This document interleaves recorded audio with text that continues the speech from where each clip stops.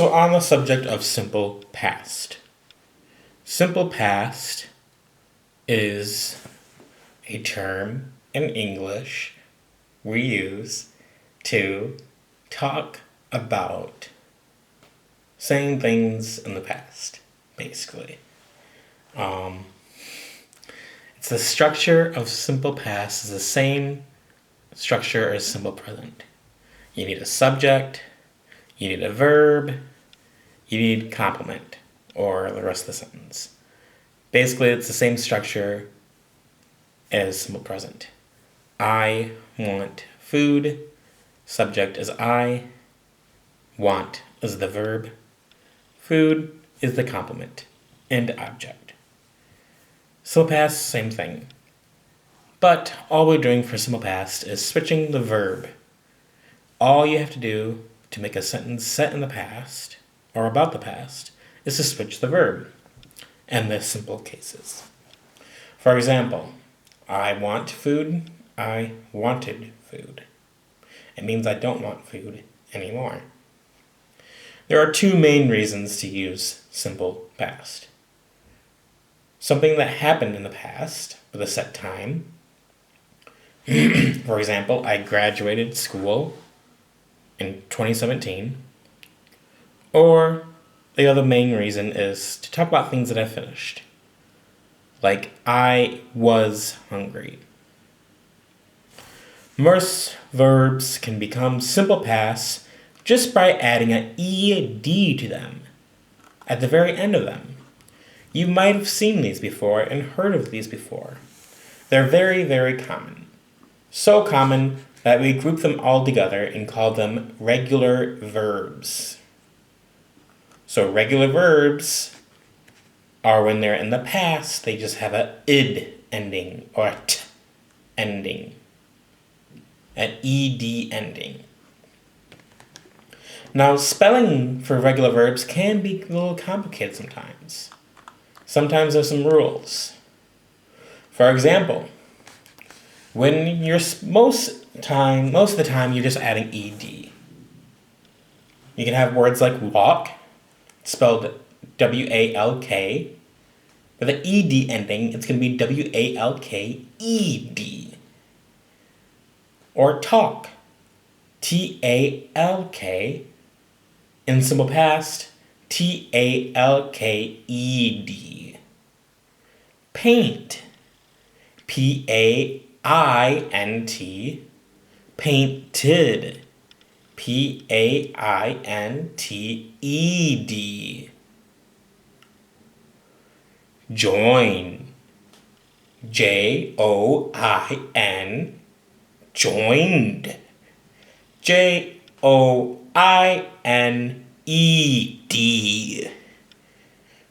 So for these cases, we're just adding ed to the ending. Sometimes we just add a d to the ending.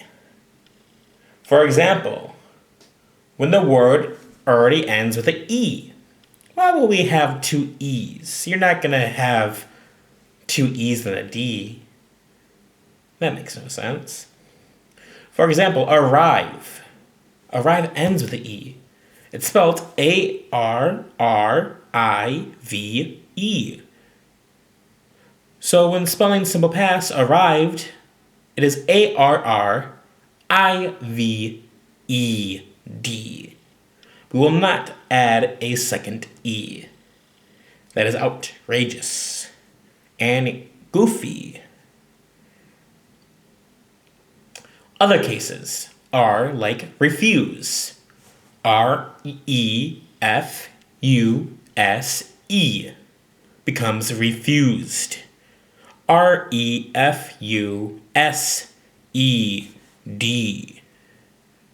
No two E's. And finally, another one, a very common one, smile. S-M-I-L-E. Now, take a minute and think. Am I going to add one E and then a D? Or am I going to add a D? Yes, just not even add a E, because it's Smiled.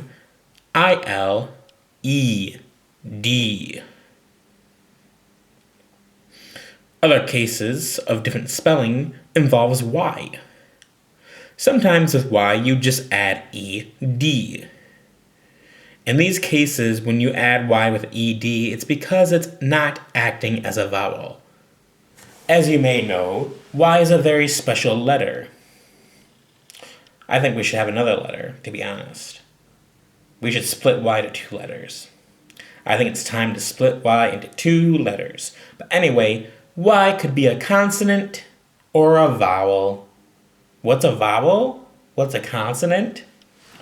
Oh, it just makes it more complicated now. That's why I think Y should be 2 different letters from now on. Anyway, Y could be a consonant, meaning it vibrates your throat, and usually there's not a lot of exhalation coming from. With vowels, we have a lot of air coming out, like A, ah, ah, ah.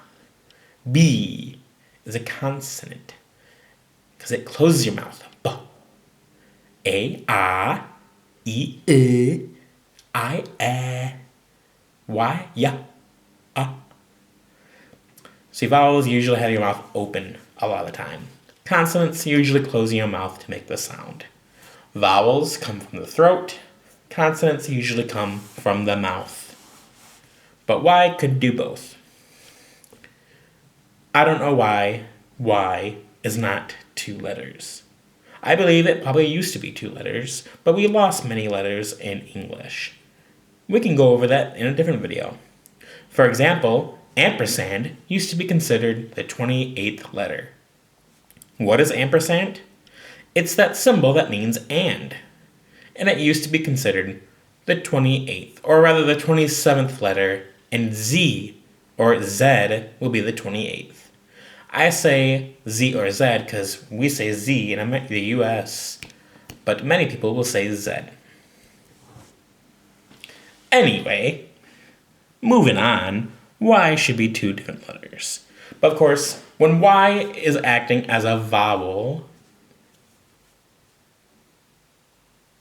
when Y is not acting like a vowel, and is acting like a consonant, like in an example of play, play, there's a vowel right before it, with A. So we just add ED. For example, played, P-L-A-Y, played.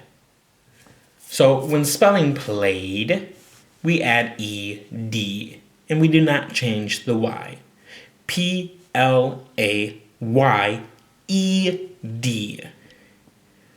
Other cases of this Y, when words end with Y and it's not acting as a vowel, is like obey. O-B-E-Y. There's a vowel right before E. So, when spelling it, we just add E-D, and we do not change the Y. For obey, O-B-E-Y, it becomes obeyed. O-B-E-Y-E-D.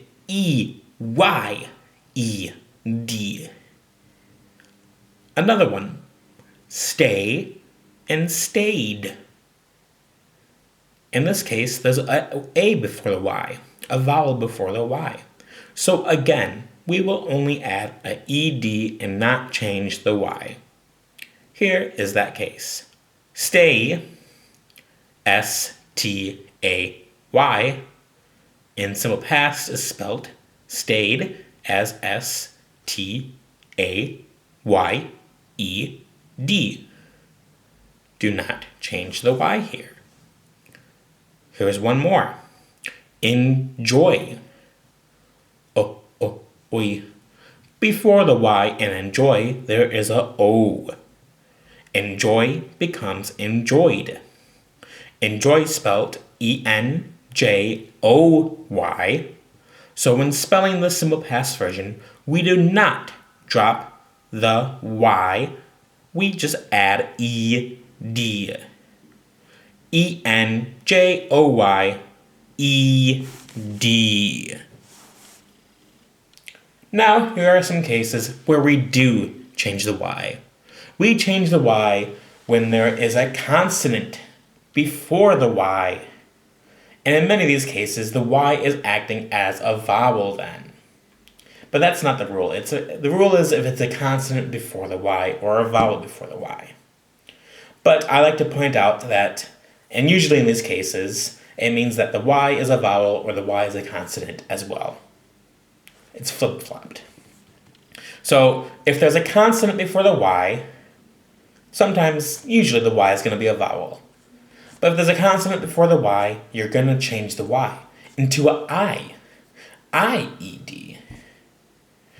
Why is this a rule? Why do we do it? I have no idea. But a lot of these cases, the Y is a vowel, and it might make sense where we change the Y to a different vowel with an I. That's the only linear thing I can see here. Anyway, here are some cases of that. For example, carry. I am carrying things.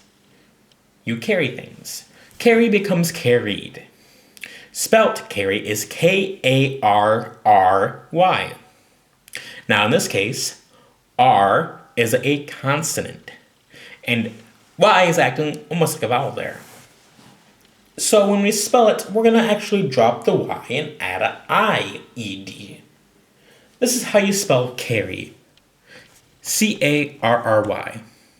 This is how you spell carried, the simple Bask version. K-A-R-R-I-E-D.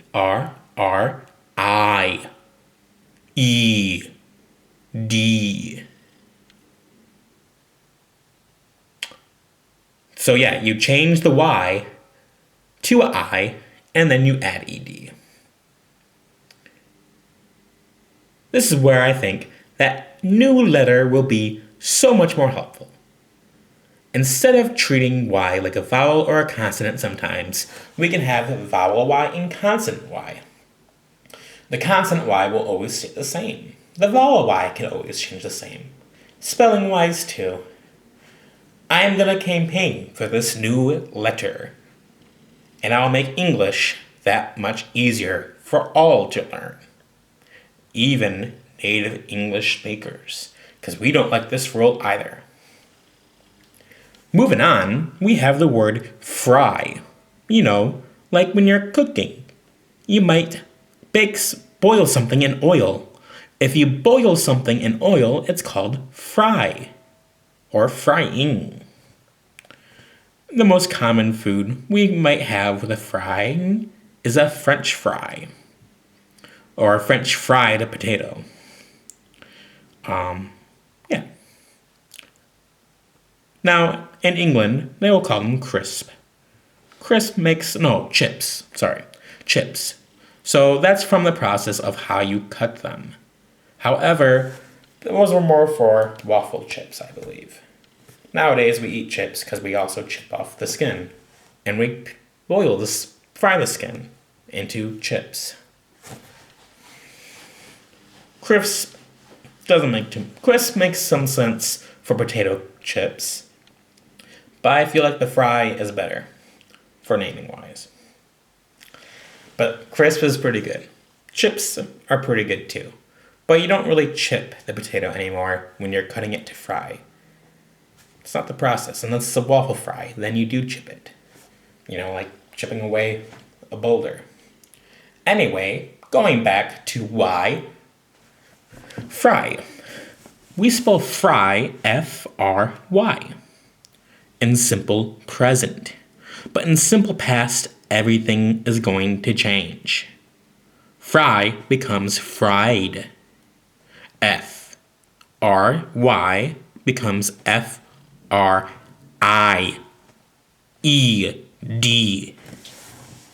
It's a big change. You can get it though, I know you guys can. It's not that difficult. But it is a little odd we do this. And it's a little odd that we have to teach this whole thing about it because of this weird English rule. Anyway, going on, we have another word with Y ending. And it has a consonant before it. Like study. Study. S-T-U-D-Y. So because it has a consonant before the Y, what do you think happens? I'll give you guys some time to think. This isn't a conversation, but I want you guys to be able to think. So think. You can shout it at the screen if you want to, too. That's right. Study becomes studied, of course, but we are also, spelling it wise, dropping the Y for a I. Study becomes studied. S-T-U-D-Y becomes S-T-U-D-I. E-D. Now, if you look closely, it actually has the word died in studied. It's kind of funny. Sometimes we like to say, we studied so much, we died. That's a little joke, we might say in English. It's not that good of a joke. It's a little dated, I guess. I don't think it's too funny. Not that it's morbid, it's just not that funny. Studying isn't too hard or difficult. But sometimes you do it so much you feel like you died. That makes sense. I studied so much, I died. Stud-died. No, it's not pronounced died, though. It's studied. But still, it's got the same spelling. Moving on, we have the final word in this category I'm using as an example as dry. For example, drying your hair. Dry is spelled just with 3 letters. D-R-Y. And in this case, Y is for sure a vowel. And before it is a consonant, R. So because of this, again, the same rule applies. We are going to drop the Y for an I and an E and a D. So, dry, D-R-Y, becomes dried. D-R-I-E-D.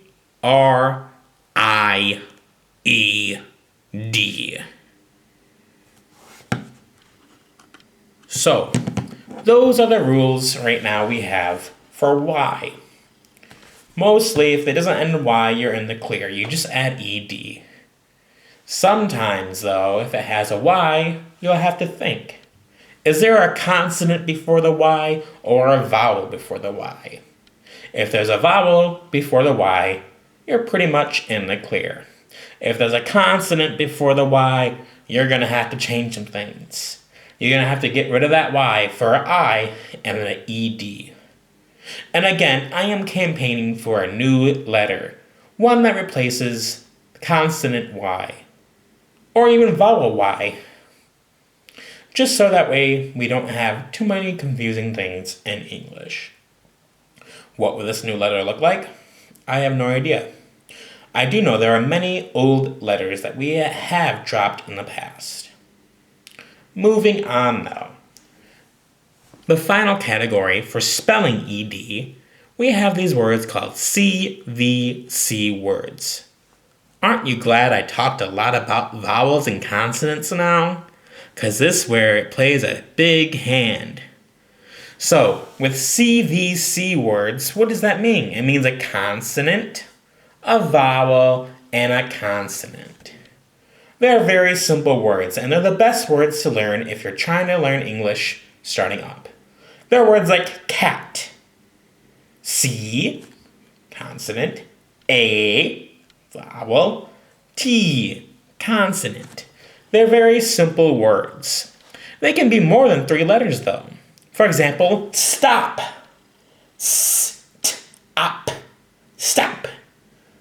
In this case, it's a consonant vowel consonant because ST make up a consonant sound.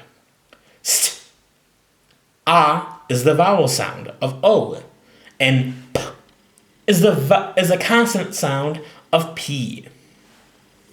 In these cases, we care more about the sounds than the actual spelling. A little odd. Not really. Anyway, So consonant, vowel, consonant words.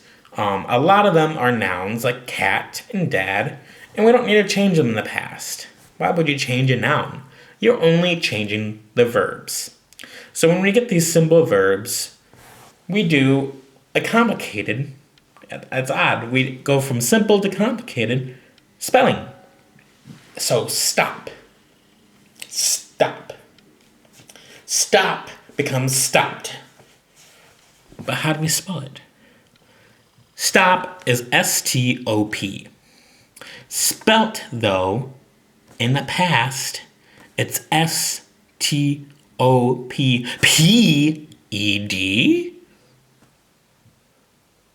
Yeah, we double the last letter. So instead of being if it's a vowel, if it's a consonant, a CVC, we double the last letter and then add a ED. So stop becomes stopped. Hop. Hop. Hop. Hop is another consonant, vowel, consonant. Ha is the consonant. Ah is the vowel. P is a consonant. So again, we have to do the same rule. We're going to double the last letter, the P, and then add ED. So hop is H-O-P, but when it's in the simple past form, hopped, it's H-O-P-P-E-D. Hopped. We have another one, plan. I plan on having a good weekend. I planned on having a good weekend. So plan has 4 letters, P-L-A-N, but it's another consonant, vowel, consonant sound. Plan. So in this case, we also double the last letter. P-L-A-N, plan, becomes planned. It's spelled P-L-A-N-N-E-D. You double the last letter. You have 2 N's in there. A little odd. Just a little odd. It's not as odd as the Y. This isn't too bad.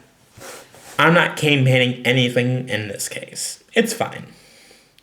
The last example I have for you is slip. Have you ever walked and slipped and fell? Well, I just gave you the answer, slipped. So slip becomes slipped. It's another vowel, consonant, vowel, consonant word. A CVC word. Sl, S-L, I-P, slip. It's 4 letters, but it's still a CVC word. A lot of people think CVC words are only 3 letters, and most of them are, but sometimes the first 2 letters make a shared sound. These shared sounds you might see a lot in English. S-T, S-H, C-H, they're the most common ones. P-L as well. And S-L, and P-H, and P-L. Well, moving on. So we have the word slip. I'm going to give you guys a minute to think. Again, this is just a break time. What is going to be the spelling of slipped? It is a CVC word, so what do we do? Yes. Yes. That's right. We spell it slipped. S-L-I-P, slip, becomes slipped. S-L-I-P-P-E-D. So one thing to take away here is that even when we're spelling, we have to be almost pronouncing the word. Pronunciation is key in spelling. We're always having to think about it. Is this Y a vowel? Is there a vowel before this Y or a consonant before this Y? I think it's a consonant before the Y. So what do? Oh, I have to change the Y now to an IED. Is this a CVC word? Oh my God, it is a CVC word. I'm going to have to change the ending as well. I'm going to have to double up in the last letter. Yeah, that was my belly. Moving on. So, spelling, it could be really complicated. You'll get the hang of spelling in no time, though. But as one thing I always notice that everyone has trouble if they're learning English as a second language or as a foreign language, is that how to pronounce ed is always the hardest thing. I have people who are past level C2 who are completely fluent will still have trouble with the ed ending. It could be very complicated. Complicated. I just used it right there. But for natural English speakers, usually we get that we just have a natural flow to it. We don't even know why. But it's a very hard thing to teach, especially if you don't know the rules. But I know the rules, so you're going to learn them greatly. So here we go. How do we say ED? You can spell it, and the spelling rules are really simple, but the speaking rules, they can be very tricky, even for advanced English learners. So here we go. When speaking the ED that we add for simple past, regular verbs, there can be 3 different sounds. Just 3. So it's not that hard to determine which 3. The sound depends on how the word sounds before the ed. I know I was saying that kind of sounds weird, but basically it means what's the sound of that last letter in the root word. So we have 3 different sounds that ed can make. We have a t, t, t, like a T sound. We have a d, d, d, d, like a D sound, and we have a id sound, like an ID. Now, I'm going the easiest first. Why do we have an id sound? That's the easiest one to know. We give it a id sounding when this word already ends with a t or a d. So basically, any word that ends with a T or D, we're going to add an extra id on top of it for the ed sound. For example, want. Want. Want. That's got a T sound. So when I'm saying want in the past, I have to add a id. It won't be another T and it won't be another D. It'll be a id. So want becomes want-id. Want-id. Because it ends with a T sound. What about the D? Need. Need. I need this. I need that. Need ends with a D. So when we're saying need in the past, we have to add an id sound. Need becomes needed. Needed. I needed it. I had to have it. So that is the easiest ones to learn for how to say the ed. If it ends with a T, like want, or ends with a D, like need, we add an id. Now, I'm afraid this is when the things get very complicated. So, we talked a little bit about vowels and consonants already. They're a little dragging on, but they're very important for the ed, surprisingly. I feel like they might be the most important thing for ed. So, when we have consonants, we also can break down the consonants into 2 different groups. Usually we're going to end on a consonant for all these verbs. They usually are going to end on a consonant regardless. So we have 2 different types of consonants now. We have a consonant word that's called voiceless. Now your voice is what you speak with. It's a voiceless consonant. Do you mean silent? No, it's not silent. It's voiceless. What does that even mean? A little odd, isn't it?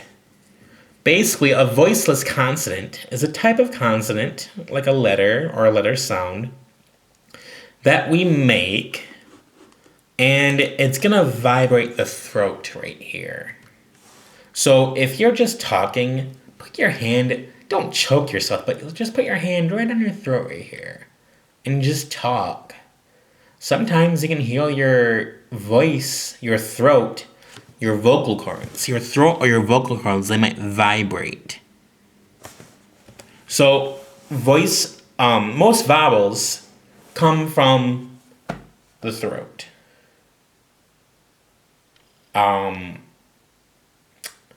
Most consonants, they can be coming from two different areas. So they can be coming from your throat or your mouth.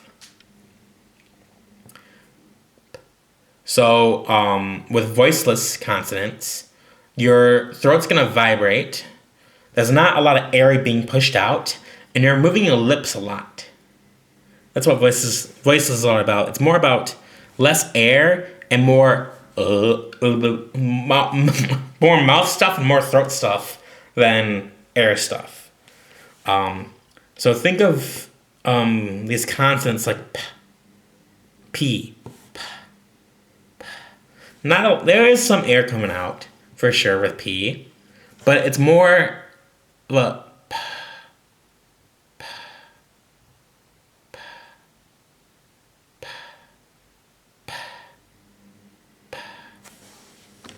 Hold on. Oh, break.